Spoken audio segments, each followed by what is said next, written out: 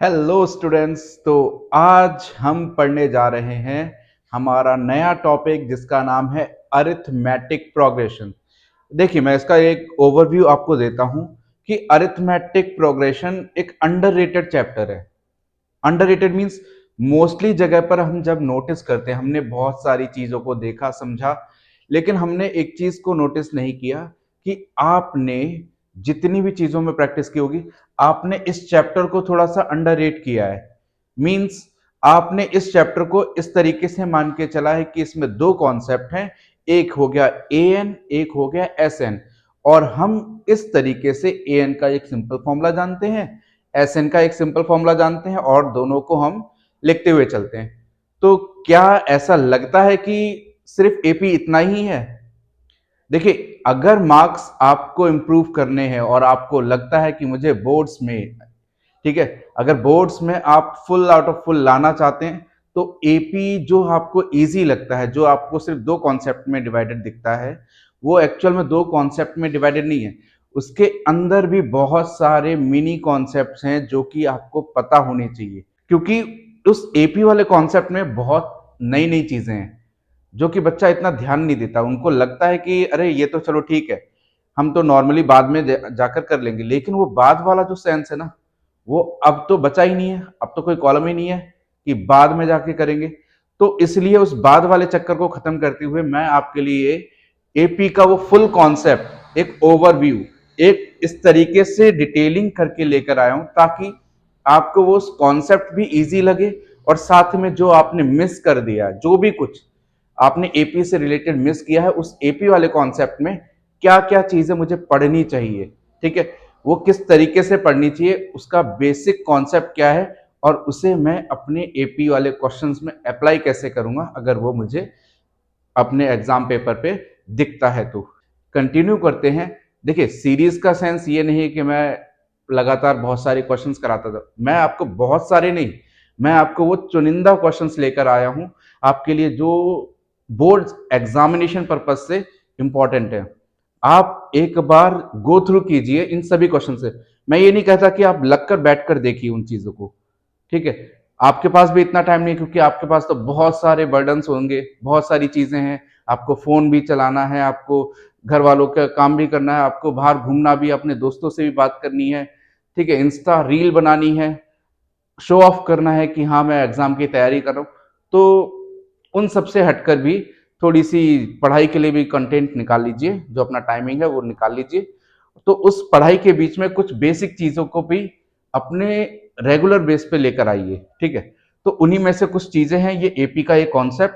तो हम स्टार्ट करते हैं हमारा एपी का टॉपिक, जो मैंने इस तरीके से पार्टीशंस के तौर पर लिखा है, ठीक है। आप इन पार्टीशंस को समझने की कोशिश करें कि ये चीज क्या है। अगर आपको आती है, अगर आपको आती है, बहुत से बच्चे ऐसे होने वाले हैं जिनको लगता है कि अरे एपी एपी तो बहुत इजी है, मैं तो कर लूंगा।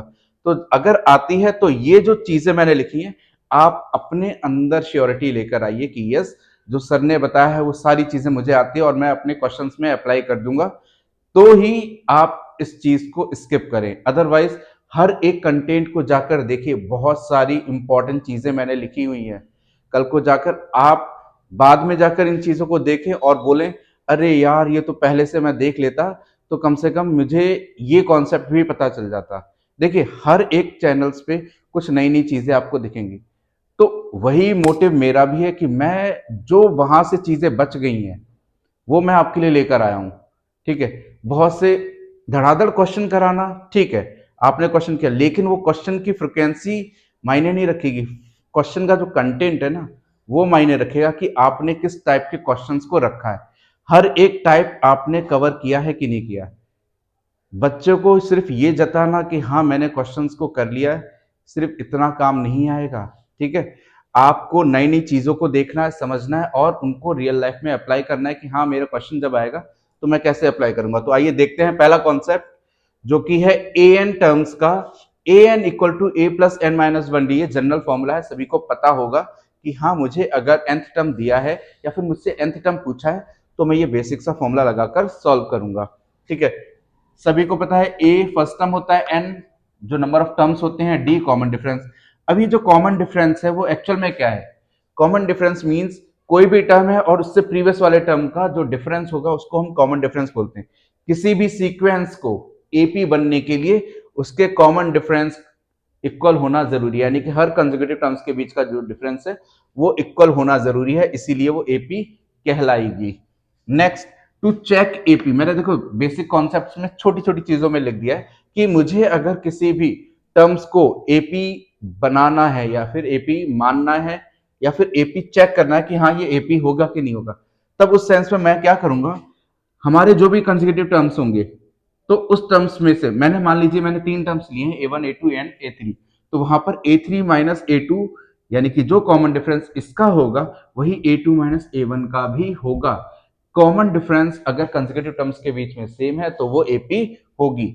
इसी चीज को बहुत से केसेस में एमसीक्यू में पूछ लिया जाता है कि ये जो चीज है वो एक्चुअल में क्या है, उसे हम इस तरीके से भी लिख सकते हैं।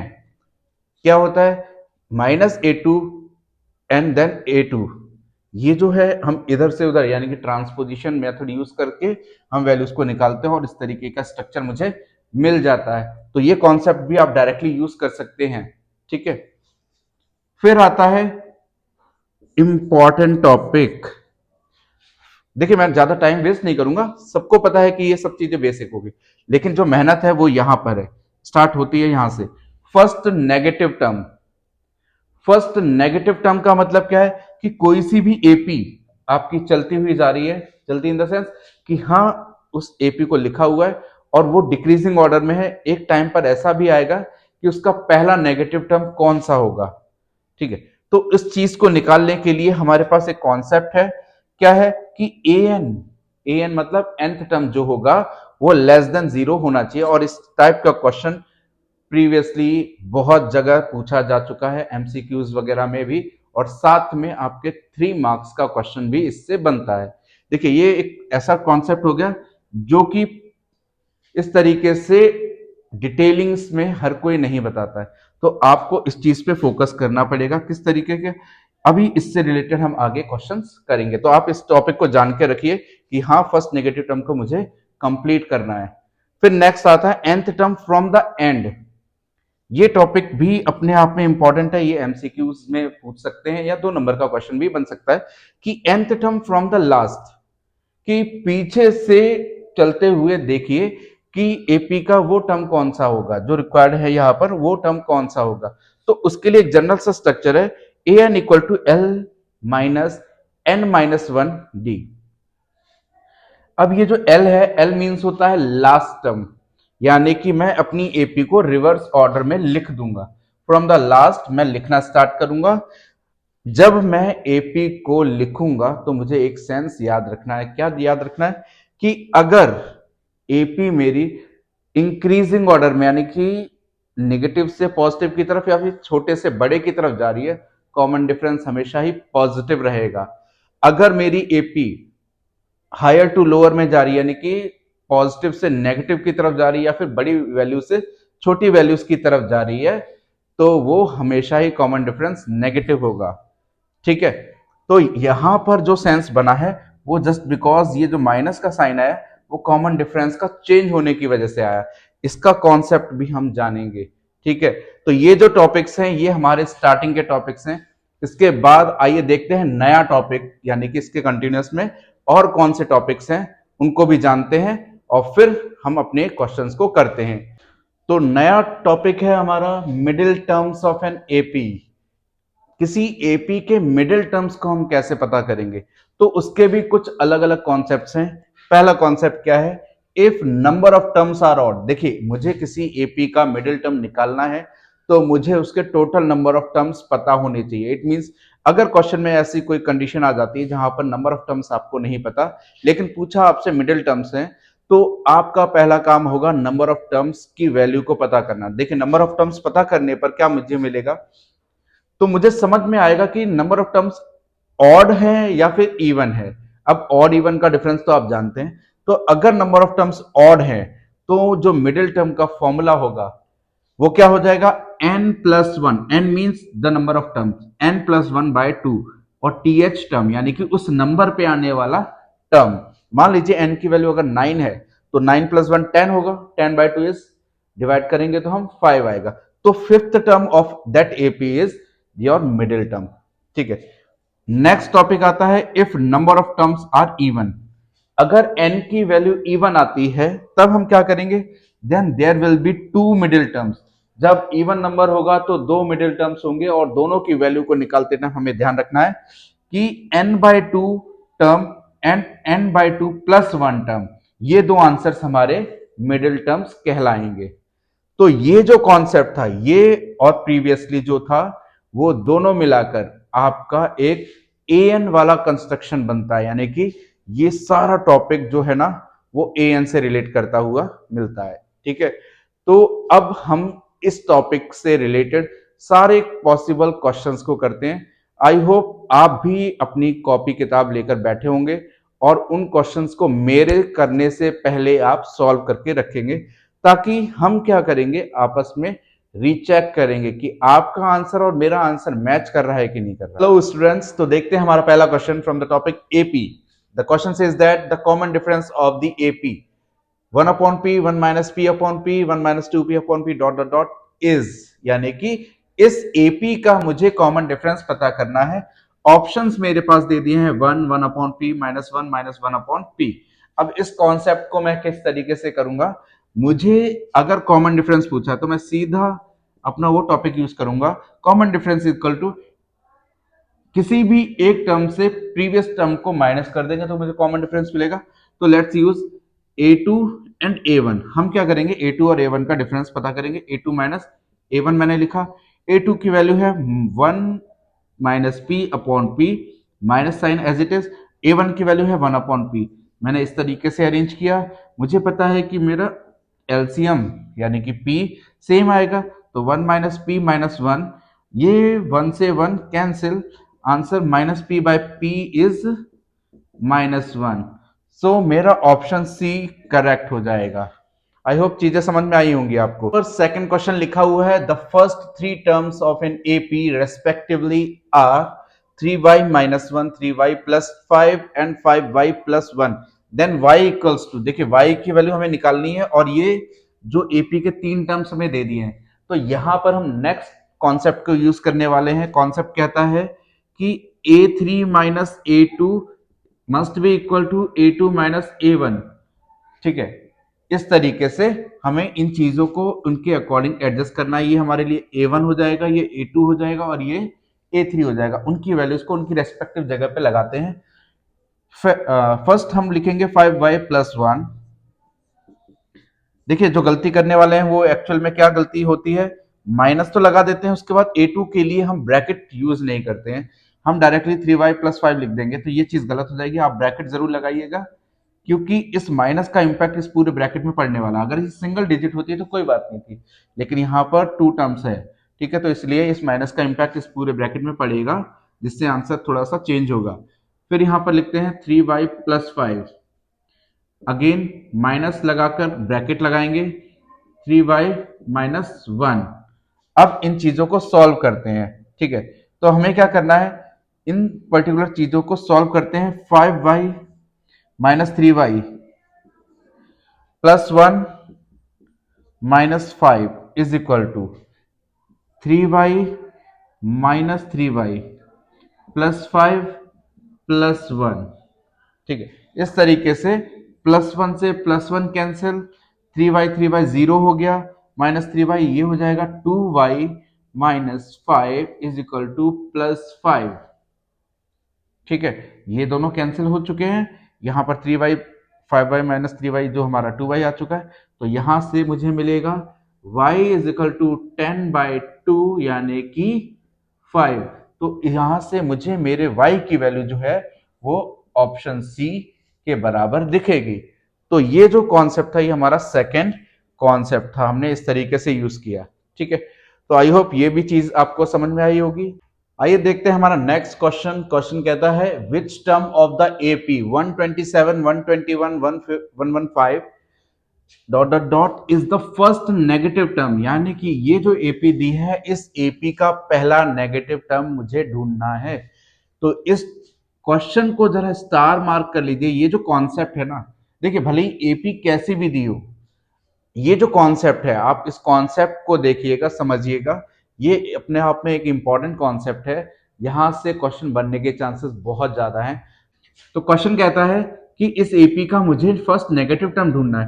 फर्स्ट नेगेटिव सेंस जो भी आता है, देखिए फर्स्ट नेगेटिव टर्म का सेंस क्या होगा कि मुझे जो मेरा टर्म है वो ए एन जो भी आएगा वो क्या होगा, लेस देन जीरो होगा। लेस देन जीरो का सेंस क्या है कि जीरो से छोटा, जीरो से छोटे क्या होते हैं, नेगेटिव नंबर्स।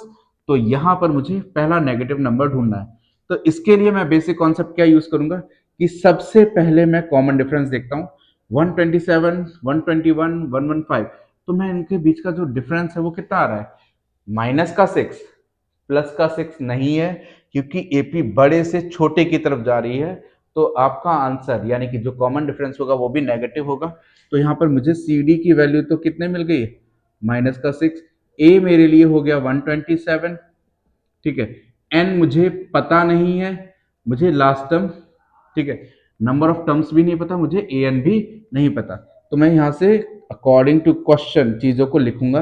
क्या लिखूंगा, A n is less than zero. A n का फॉर्मूला होता है A plus n minus one d less than zero. A की वैल्यू है 127 प्लस एन की वैल्यू मुझे पता नहीं, एज इट इज रखूंगा, minus one as it is. D की वैल्यू माइनस का 6, ठीक है। फिर इसके बाद हम क्या करेंगे, कैलकुलेशंस को इजी बनाते हैं। 127 माइनस 6 का मल्टीप्लाइज ब्रैकेट में, ये हो जाएगा माइनस 6n प्लस का 6। 127 plus 6 is 133 minus 6n less than zero. अब यहां से चीजें आपको थोड़ी तरीके से समझनी है, ठीक है। वो तरीका क्या, मैं आपको एक बेसिक चीज, एक ट्रिक बताऊंगा, आप उस ट्रिक को देखेंगे और आपका ये क्वेश्चन इजी हो जाएगा। बहुत से बच्चे यहां पर जाकर गलती करते हैं, उनको ये चीज समझ में नहीं आती कि ये जो चीज है मुझे किस तरीके से चेंज करनी है। तो उसके लिए मैं कुछ चीजें बताऊंगा, आप उस चीज को याद रखिएगा। क्या याद रखना है कि जिस चीज की वैल्यू मुझे नहीं पता है, इट मीन्स मुझे नंबर ऑफ टर्म्स नहीं पता, और उस नंबर ऑफ टर्म्स के साथ अगर माइनस का साइन है, ठीक है, तो मैं इस माइनस साइन वाले कॉन्सेप्ट को रखूंगा सेफ, ठीक है। हम क्या करेंगे, इस एन के साथ वाली चीज को रखेंगे सेफ। अब उसके अलावा जो बची हुई चीज है इसको ले जाएंगे दूसरी तरफ नॉर्मल, जैसे हम सॉल्व करते हैं। तो ये हो जाएगा माइनस 6n, ये एज इट इज। ये प्लस का 133 था, उधर जाएगा तो माइनस का 133 हो जाएगा, ठीक है। अब आपको याद रखना है क्या, यहां पर है माइनस 6, यहां पर भी है माइनस। बहुत से बच्चे गलती क्या करते हैं, माइनस से माइनस कैंसिल कर देते हैं और आंसर लिख देते हैं, जो कि गलत है। ये है इनइक्वालिटी, इसको क्या बोलते हैं हम, इनइक्वालिटी। और इनइक्वालिटी का रूल होता है कि हम ट्रांसपोज नहीं करते। लेकिन मैं आपको याद करने के लिए, क्वेश्चन को इजी बनाने के लिए समझा रहा हूं, ताकि आपको वो बेसिक चीज याद रहे और आप क्वेश्चन को सॉल्व कर ले। बाकी जो चीजें सीखनी है वो हम नेक्स्ट क्लास यानी कि 11th क्लास में, इसका एक प्रॉपर टॉपिक है, आप उसमें सीखेंगे। लेकिन इसका बेसिक कॉन्सेप्ट जो है ना, वो हम अप्लाई करते हुए चलते हैं। मुझे क्या करना है, यहां पर माइनस 6 है ना, मैं माइनस 6 से दोनों तरफ डिवाइड कर दूंगा, ठीक है। एलएचएस और आरएचएस में दोनों तरफ डिवाइड कर दूंगा। मैं माइनस की वैल्यू, क्योंकि यहां पर माइनस की वैल्यू थी, मैंने माइनस को डिवाइड किया, इसलिए मैंने क्या कर दूंगा, अपनी इनइक्वालिटी को चेंज कर दूंगा। ये रूल होता है। यहां पर अगर माइनस है, अननोन वैल्यूज के साथ अगर माइनस है, इस माइनस को हटाना है मुझे, उसके साथ ये जो नंबर है ना उसको हटाना है। तो उस सेंस में क्या होगा, ये जो इनइक्वालिटी है वो चेंज हो जाएगी और आंसर बनेगा n ग्रेटर देन, माइनस से माइनस कैंसिल। अब ये जो 133 है वो एक्चुअल में क्या होगा, 22 पॉइंट समथिंग कुछ आएगा, ठीक है। तो यहां से मुझे पता चला कि ये जो है पॉइंट में आ रहा है। देखिए मैंने आंसर पॉइंट में नहीं निकाला एग्जैक्ट, लेकिन आप समझ जाएंगे कि जब मैं इसे डिवाइड करूंगा तो आंसर 22 पॉइंट समथिंग कुछ आएगा। तो यहां से मुझे क्लियर होगा कि एन जो है वो एक्चुअल में नेचुरल नंबर होता है। क्या होता है, natural number. It means it can not be in the decimal form. तो यहां से हमें क्या पता चलेगा कि इसके बाद का जो, क्योंकि ग्रेटर देन बोला है ना, तो 22 पॉइंट समथिंग के बाद का जो next, just next natural number है वो क्या होगा, एन की वैल्यू हो जाएगी 23। तो यहां से मुझे मिलेगा मेरा आंसर एस 23। तो इस एपी का जो 23rd नंबर का जो टर्म होगा वो पहला नेगेटिव टर्म होगा। आइए देखते हैं कि क्या ये चीज एप्लीकेबल है। तो यहां पर मैंने क्या किया, इस वैल्यू को रख कर देखा। ठीक है, तो A23 की वैल्यू मैं निकालता हूं, अगर वो मेरी नेगेटिव आती है इट मीन कि मेरा कॉन्सेप्ट बिल्कुल सही चल रहा है। A23 की वैल्यू हो जाएगी 127 प्लस 22 इंटू -6। ठीक है, तो 22 इंटू -6 ये हो जाएगा 132। 127 माइनस 132, आंसर इज माइनस का 5। तो ये जो आंसर है हमारा पहला नेगेटिव टर्म बिल्कुल मिल रहा है। तो it means we have done a great job. हमने एन की वैल्यूज को निकालकर इस तरीके का कॉन्सेप्ट भी सीख लिया कि हाँ, ये जो नेगेटिव टर्म वाला कॉन्सेप्ट है ये हमारी तरफ से श्योर हो चुका। अब आपका काम क्या है, आप अपने तरीके से कुछ एपीज बनाएंगे इस तरीके से लिखकर और यहां से सर्च आउट करेंगे। पहले क्वेश्चन इजी वे में स्टार्ट कीजिए, फिर इसके बाद जो भी लेवल के क्वेश्चंस होते हैं हम उनको ट्राई करते हुए चलते हैं। तो यहां से ये कॉन्सेप्ट हमारा क्लियर होता है। आई होप चीजें आपको समझ में आई होंगी। आपका मेन मोटिव है कि मुझे ये कॉन्सेप्ट समझना था, मेरी एपी क्या है उससे फर्क नहीं पड़ेगा, मुझे कॉन्सेप्ट समझ में आना चाहिए। यहां पर जो मैंने लास्ट में जाके स्टेज पे जाके किया है वो चीज आपको इनइक्वालिटी का फॉर्म समझ में आना चाहिए कि ये जो इनइक्वालिटी वो चेंज कब होगी। देखिए, मैं प्लस से माइनस की चीजों को इधर उधर ले जा रहा हूँ, कोई चेंजेस नहीं होंगे। लेकिन अगर यहाँ पर जो अननोन वैल्यूज है उसके साथ अगर माइनस का साइन है तो मुझे वहां से माइनस को हटाने के लिए इनइक्वालिटी को चेंज करना पड़ेगा। बस इतना सा कॉन्सेप्ट है और ये है आपका फर्स्ट नेगेटिव टर्म का कॉन्सेप्ट। तो यहां पर हमारा नेक्स्ट क्वेश्चन है, find the 10th term from the end of the AP 7 13 19 dot dot dot 247। ये एपी लिखी हुई है, इसका फर्स्ट टर्म ये हो गया, सेकंड टर्म, थर्ड टर्म, इसी तरीके से चलते हुए जो लास्ट टर्म है ए एन वो है 247। अब आपसे पूछा जा रहा है कि 10th term from the last. तो मैंने आपको इसके लिए भी एक कॉन्सेप्ट समझाया था कि अगर मुझे nth term from the last पूछा जाएगा तो मैं l minus n minus one D का यूज करूंगा। l यहां पर होगा हमारा लास्ट टर्म। बस इतना सा कॉन्सेप्ट है, यहां पर प्लस की जगह पर माइनस आ जाएगा। इट मींस इनडायरेक्टली मैंने क्या किया, एपी को रिवर्स ऑर्डर से लिखना स्टार्ट कर दिया। इट मींस ये मेरे लिए पहला टर्म हो जाएगा जो कि इस जगह पर आ जाएगा। कॉमन डिफरेंस क्योंकि चेंज होता है नेगेटिव बन जाता है, इसलिए यहां पर माइनस का साइन आ गया। बस इतना सा कॉन्सेप्ट है, इसी को हम बोलते हैं लास्ट टर्म। ठीक, तो इसे करते टाइम हमें क्या ध्यान देना है, ए एन की वैल्यू निकालनी है, यानी कि 10th टर्म मुझे पता करना है। तो मैंने यहाँ पे लिखा A10। देखिए A10 क्यों लिखा, क्योंकि मुझे लास्ट से लिखना है, तो मैंने A10 लिख दिया। L की वैल्यू हो जाएगी मेरे पास 247 माइनस यहाँ पर 10 आ जाएगा, 10 में से 1 गया तो 9 आ जाएगा। D की वैल्यू आपकी हो जाएगी, क्योंकि यहाँ से प्लस का 6 चल रहा था, यहाँ पर क्या हो चुका है माइनस का 6। तो यहाँ से माइनस का 6 की वजह से मैंने इंडिकेट कर दिया कि ये माइनस का साइन इसी D की वजह से आता है। अब आप क्या करेंगे, इसे सॉल्व करेंगे। 247 9 6 54, 247 में से 54 माइनस करेंगे तो हमें मिलेगा 3 एंड 19। तो आंसर इज 193। तो हमारा जो लास्ट आंसर यानी कि जो रिक्वायर्ड आंसर है वो है 193। आप चाहें तो इसे रीचेक भी कर सकते हैं। तो ये कॉन्सेप्ट होता है फ्रॉम द लास्ट टर्म। ठीक है, कि लास्ट से हमें एन की वैल्यू पता करनी है, कि जो भी टर्म हमसे पूछा जाएगा फ्रॉम द लास्ट हमें वो पता करना है। तो वो कॉन्सेप्ट हमने इस तरीके से सीखा। लिखा हुआ find the middle terms of the both the APs, यानी कि मुझे दोनों एपीज के मिडिल टर्म्स निकालने हैं। तो मैं पहली वाली एपी की शुरुआत करता हूँ। तो मिडिल टर्म के लिए मैंने आपको कॉन्सेप्ट समझाया था कि मुझे नंबर ऑफ टर्म्स पता होना जरूरी है। तो क्या मुझे यहाँ पे नंबर ऑफ टर्म्स पता है? नहीं, मुझे पता है ए इनके बीच का डिफरेंस और मुझे ए एन टर्म पता है। तो मैं यहाँ से नंबर ऑफ टर्म्स की वैल्यू निकालूंगा। तो कैसे, A n is equal to A plus n minus one d. ठीक है, ए एन की वैल्यू 92 है एज इट इज, ए की वैल्यू 2 है एज इट इज, एन मुझे पता नहीं, डी डी की वैल्यू हो जाएगी 5।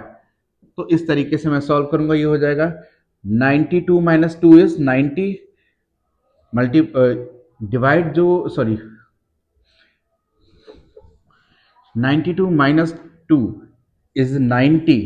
ये मल्टीप्लाई में इधर आएगा तो डिवाइड में, और यहाँ पर हो जाएगा n माइनस वन। तो इस तरीके से मुझे मिलेगा, ये कैंसिल आउट करूंगा, ये मुझे मिल जाएगा,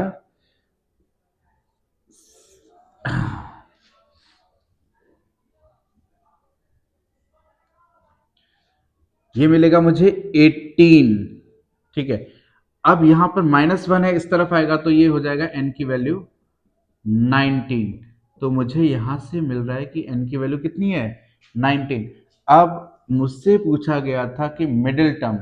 अब मैंने देखा कि ये तो ऑड है, और जैसे ही मुझे कॉन्सेप्ट समझ में आया कि अगर ये ऑड है तो मुझे मिडिल टर्म के लिए सिंपल लॉजिक यूज करना है कि n plus one divided by two T H term. It means ये हो जाएगा 20/2, यानी कि 10th टर्म जो होगा इसका मिडिल टर्म होगा। अब मैं 10th टर्म की वैल्यू निकाल लेता हूं। a10 की वैल्यू हो जाएगी 2 प्लस 9 इंटू 5, यानी कि 47। तो मुझे मिल गया मेरा 10th टर्म जो कि होगा मिडिल टर्म। तो इस तरीके से जब नंबर ऑफ टर्म्स ऑड होंगे तब आप मिडिल टर्म के लिए कौन सा कॉन्सेप्ट यूज करेंगे वो हमने सीख लिया। अब सेकंड एपी के लिए हम अपने प्रोसीजर को आगे बढ़ाते हैं। आइए देखते हैं सेकंड एपी का मिडिल टर्म किस तरीके से सॉल्व करेंगे। तो सेकंड एपी के लिए हमें देखना है कि A n equal to A plus n minus one d, यानी कि फॉर्मूला सेम रहेगा। इसमें नंबर ऑफ टर्म्स कितने हैं, तो हमने देखा कि ए एन की वैल्यू है 133, ए की वैल्यू है 7, एन की वैल्यू मुझे पता नहीं, डी की वैल्यू है 6। तो इसी तरीके से जैसा पिछला क्वेश्चन किया था हमने इसमें भी अप्लाई करेंगे। 133 माइनस 7 इज 126। ये 6 मल्टीप्लाई में यहाँ पर आकर डिवाइड में हो जाएगा, और यहाँ पर आएगा n माइनस वन। इसे कैंसिल करूंगा तो मुझे मेरा आंसर मिलेगा 6 2 जा 12, 6 1 जा 6। तो यहाँ से मुझे n की वैल्यू मिल जाएगी 22। तो इस तरीके से अब हम देखेंगे कि n की वैल्यू यहाँ पर कैसी है, E1। तो E1 का कॉन्सेप्ट मैंने आपको समझाया था कि आप मिडिल टर्म्स को नोटिस करेंगे। तो यहाँ पर कितने मिडिल टर्म्स मिलेंगे मुझे, यहां पर मुझे मिलेंगे दो मिडिल टर्म्स। क्यों, इवन नंबर है इसलिए दो मिडिल टर्म्स होंगे। तो वो कैसे होंगे, पहला middle term n upon two T H term, तो इसकी वैल्यू हो जाएगी 22/2। तो आंसर आएगा 11th term. And second term क्या होगा, n/2 प्लस 1th टर्म। ठीक है, तो यहां पर मैंने एंड लगाया, n/2 यानी कि 11, 11 प्लस 1 इज 12th टर्म। तो 11वां टर्म और 12वां टर्म, तो मैं यहां पर क्या करूंगा, a11 और a12 की वैल्यूज को पता कर लूंगा। a11 क्या हो जाएगा मेरे लिए, 7 प्लस 10 इंटू 6, आंसर इज 67। यहां पर a12 की वैल्यू पता करूंगा तो मैं या तो मैं इसमें कॉमन डिफरेंस ऐड कर दूं या फिर अपने नए तरीके से इसे भी सॉल्व कर दूं। तो यहाँ पर मुझे मिलेगा 11 इंटू 6, यानी कि 11 6 66 प्लस 7 इज 73। या तो मैं इसमें 6 प्लस कर दूं या फिर इसमें डायरेक्टली सोल्यूशन कर दूं। तो इस तरीके से मुझे दोनों मेरे मिडिल टर्म्स मिल गए। कौन से नंबर पर आएंगे वो टर्म्स मिल गए। तो क्वेश्चन की डिमांड के अकॉर्डिंग हम चीज़ों को एडजस्ट कर देंगे, और इस तरीके से मुझे मेरे सारे कॉन्सेप्ट जो कि एएन से रिलेटेड थे वो हमने कर लिए। ये उम्मीद करता हूं आपको ये सेशन समझ में आया होगा, अच्छा लगा होगा। तो please like and share and subscribe कीजिए। Thank you so much. शब्बा खैर, गुड नाइट।